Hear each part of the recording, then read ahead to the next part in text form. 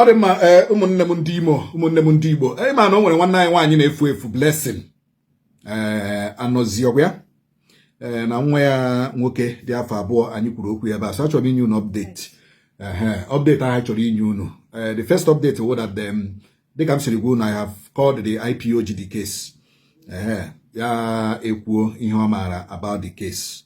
But the most significant thing o kwuru dị awụ na ahụrụ call log na the call log that Ugochukwu a na-ekwu okwu call log ya na ahụrụ call ya na Blessing mere around 8:40 something a.m. in the morning before nwanne Blessing akpọzi around 9 something the same day. So it is confirmed that there was a communication between Ugochukwu and Blessing. So we are still following up because the DPO has stepped into the matter. DPO mechakwa the case. We will also give you the update. But on a very serious update. One Blessing Richard, so please listen very attentively. Good afternoon, sir. Very catching when that was here. Okay. You want to I'm okay. Abombisi. O nwere ihe ka gbachara ihe ndị gwara the other day. Enwere one or two things ichefuru probably because of the moment and the heat of the whole thing. But now you want to update us n'ihe asị Ugochukwu and the John Kurula even before now, even before Blessing ihe ni na-eme. Can you tell us? Gani? Abịa n'ebe Ugochukwu nọ. N'ụbọchị ahụ emere ejidere emere arrest. Mgbe abịara ime arrest, ajụrụ nwunye ya. Di ya sị na di ya nọhọ ya. Mgbe abara n'ime room, nwunye di ya nọ ebe ahụ, Ugochukwu. Na-achọdị ebe ọ ga-ehetozi mụ ahụ ya si the IP olekwa ebe ọ nọ. That's chọrọ ịgba ọsọ. So mgbe batara, mgbe kpọrọ ya pụta, the IP ahụ si ya Ugochukwu bọnkọ ọwụga ya si agbala ọsọ. Ya sa dọsi agbaga. Mgbe kpọrọ ha ruo station, ya na John di nwanne nwanyị. Ugochukwu enwe mgbe o kwetere na enwere ihe okwu ihe ila communication ila nwanne my sister nwere. Mgbe a bịara searchwa phone n'onye nwanne nwanyị jiri phone ya kwuo okwu enyi nwanyị o jiri phone ya kwuo okwu na ụbọchị abalị 25 Jenụwarị. Mgbe ọ bịara ekpọrọ ya abịa wepụta time ya na my sister ji kwuo okwu. Mgbe ọ jụrụ kpọrọ my sister kpọrọ ya juiciest na ya na try line ya kemgbe na ya na-enwete my sister si na ọkwọchi ashi na try nke na ọ gawo network. Ya si okay na how many minutes ka ọ ga-ewe na ebe ka ọ nọ ya bụ ya si how many minutes ka ọ ga-ewe ya ọ bịaruo tawa. Ya jụọ dị enyi ya nwanyị how many minutes ka ọ ga-ewe m meruo na tawa. Ya si 30 minutes. My sister gwa Ugochukwu 30 minutes. Ya si okay na ọ pụtawa na tawa. Na ọ da enyi ya nwanyị ahụ onye chuliri iwe si na ọ gawa ọkpọ na mmadụ nwere appointment 30 minutes na ọ ga-ara ahụ 30 minutes eruo. Ya pụwa ka ọ ruru tawa ma kpọọ ya mmiri ya na-abụ nọ na-ekwu ya sị m na ya nọ na tawa na ya achọwala na ya na-aga ebe ke Ugochukwu ya na ya kwuru okwu ego na ya gacha na ya ga-aga hụ John maka nwa ya ma yọwa ya ka ọ bịa ka emishi. Ya sị m mba na ọ ga-abịali na ome ọwụghị ihe obu n'obi na ihe obu n'obi bụ maka ego ahụ nakwa na ịhụ John maka nwa ya ka ya laghachi ayọga m ya ekwe nga ahụkwa mmiri ya nọkwara kwuo ụdị atachi m ga-azụta ma abaghị m ahịa ga-azụ atachi ka m na-eche ya ruo ebe 3 after 3-4 ma malite kpọwa ya phone ring ya once phone nke m anyụọ ma kpọghachi ma ọnọ kpọghachi ya phone edizi off. So nwunye nwanne m apụta ma nara ya phone ka m kpọọ ya phone edizi off. Otu m si hụ phone ya from that time till 9 o'clock abalị ma kpọwa enyi ya nwanyị si ya na ahụbekwe m nwanne m nwanyị kpọrọ mmiri ya kwuru okwu. Ya sị na ya na try line ya na ọhụbeghị nke ya na line ya anaghị aga. Ma jụwa ya biko onye ahụ ọ gara enyi ya kwuru okwu ego so onye m nọmba ya o nyere gị nọmba ya. Ya sị mba oke na m chere na o jiri phone ya mee call. Ya sacha nweta dị nọmba kpọwa Ugochukwu si ya na Blessing bịara ebe ya na ahụbeghị ya. Ya sị na ọ mahụ Blessing ya kpachi ya na-ekwu ma Blessing bịawara ebe ya n'ụtụtụ ọ sị ya na ọ mahụ ya Blessing ọ sị ya sorry off of phone send zere m dị nọmba ma kpọwa ya si ya biko na my sister bịara ebe gị ahụbeghị m nye up till now. Yes m onye my sister si mommy delight bịawara ebe gị ọ sị m na ọ mahụ na ọ hụbekwa ya na ọ mahụ na ihe ọ maara wụ na ọ pọtụkwa obi na ọhụụ ya. Masị na enwe ebe ọzọ ọ gwara m ọ gara, enwekwana ebe ọzọ mma ọ gara, na ọ wee be gị na ebe John. Nsi oke iji nọmba John send yara m maka na nọmba John m ji na ọ gbanwere line. Ọ sị m na oji ya na chi n'ụtụtụ na ọ ga-aga John ka ọ mara ma ọ bịara ebe ahụ. N'ụtụtụ m kpọwa ya opike kọl, kpọọ ya opike kọl, mechie piki m jụọ ị gaala n'hụ John maka na ị na John bi nso ọ n'otu village ihe dị market ha wụ kindred ọkwa taatị dị market ha.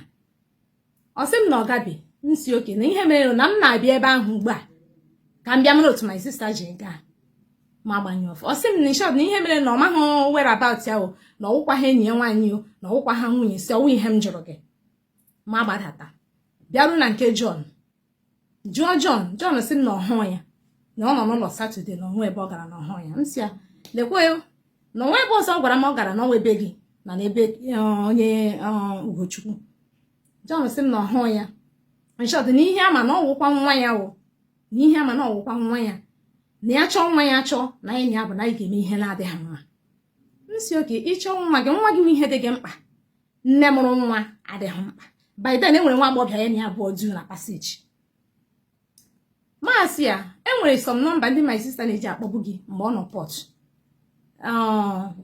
ndị nne ji sa stọọ ya na fon lee m iji ha so wepụtara m ụfọdụ sị m na fon ya nyọrọ anyọ.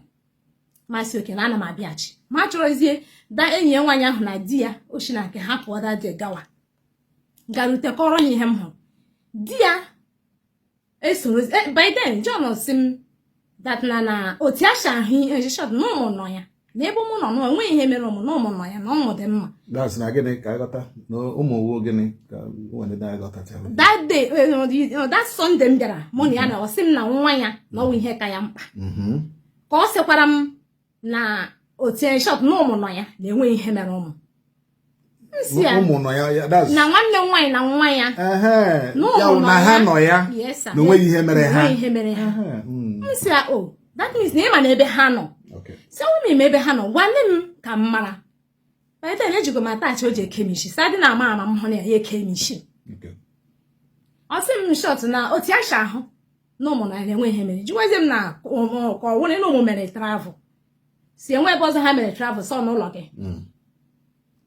Ya si na mgbe ụfọdụ na mmadụ adịghị mma ọhụ ihe na ọ chụrụ ya ozugbo gawa na ọ na ya ahụ ihe na ya na-echetụ bifo ya chụrụ ihe ahụ gawa. Masị oke si n'ihe mere si ana m abịa depụtara m nọmba m si gị depụtara na m na-abịachi ma chọrọ enyi ya nwaanyị na di ya gaa mụ na di ya esorozie bịaghachi na nke John.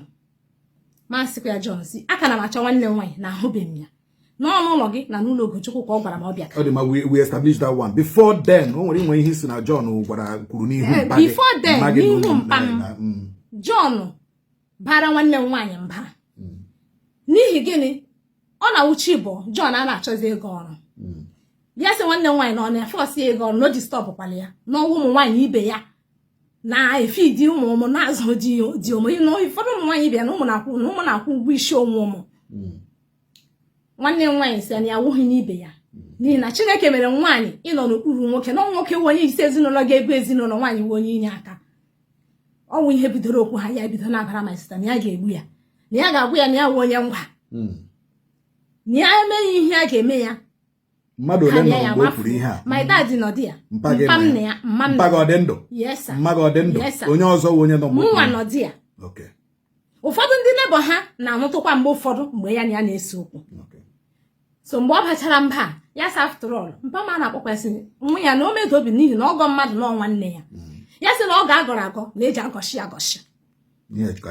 Yes sir. Na ebe dị na-enwere akwụkwọ a ga-ewepụta a ga-eji si na akwụkwọ ya jiri lụọ nwaanyị. Then finally mgbe a gachara polisi o nwere ihe i kwuru ka a gachara polisi o nwere ihe isi ọ gwaga ndị mmadụ gbọga gị na-agba. Yes John gwaga ndị mmadụ ebe ọ n'Imo na blessing na ọnwụọla na asị na ahụ na ahụkwara ya na mmiri buru gaa mmiri ọ n'Imo na ahụ asị ahụkwara na ejiri akwara ede na ke ya na nwa ya na akpọkwara ya bịa ahụ mgbe ndị na blessing na nwa ya nwụọla na ụmụ anwụọla ọ ihe ọ gwaga ndị mmadụ and nwa ya ahụ ụkwa nwa John ọ nwa ya. So n'ihe ndị a niile bụ nke na onwe ya bara m mba n'ihu dị si na ya pụta ebe anyị a ga-egbu m. Okay. Now nwunye ya m confirm na ya mere na Blessing na di ya kwuru ihe gbasara ego. Okay. Jụọkwa di esi na ọkwa ya gbara ya agwa na n'otu Blessing shi mee ihe ya na ọkwa ya gbara ya agwa. Ma gwa the IPO si ya biko na chọrọ ka the woman make statement. The IPO jụrụ achụ. Before then the IPO say that na no ihe mere ji si na onye hụrụ onye Mbaise hụ agwọ na o buru ụzọ gbuo onye Mbaise before agwọ. IPO kwuru nke. Yes sir. Then ọ jụrụ mgbe nwanne nwoke nyere ego ọ sị enye ya ga-eji buru ndị aga na the other station Ezinhite enyere ego ya emeche reject ya ka m na-aga ka m gaa yọọ ya ka ọ nọ na-abara ha lelee ihe mere m ji chi West life m for nothing along the line ole ihe mere gịnị ka m ụmụ ji bọnkọ na ugo John ụmụ ji na chi West life m for nothing life ụmụ life ha nwa nke ha nwa okay life nke ha yes sir okay. for nothing okay. So ka m garuru ya sị m chere na ya na-abịa mapụwa ka ọ pụtara m arịọwa ya sị m na nwanne m nwoke na ọ na-amonitọ ya na ihe ọwụla ya mere na ọ na-amonitọ ya before ihe a mere on Thursday on Wednesday ejidere ha Thursday ekwuru okwu ka ha gara ka a ga mee voice note agaru asị na ga-agabu ụzọ sụọ affidavit ha lọtawa on Friday ha eme agreement ịgachi ka nwanne m nwoke na-abịa machine ya emebie ya emechiche ya chọrọzie the IPO bịaruo hụ ya ka o mere ya ọkọwarị otu yi na ije shiga ya ajọ mee ya abandon for ọwụ ya mere na Saturday opiki call Friday Saturday mụnwa kpọrọ ya n'ụtụtụ ya ọwa ya si ya biko na always okwu na emiti up time si ya gbaghara na enweghị na-asị na eshi wee mere ọkụ na ya na-ada elu ya si m short na ihe mere newo na ọ chọghị ije anya ahụzi my brother na ya kpọzile ya gbanye ọfụrụ mkpọgide ya opiki call leta ya epiki Saibia station abịa ruo station anyị nọgide chegide omeche bịa opiki call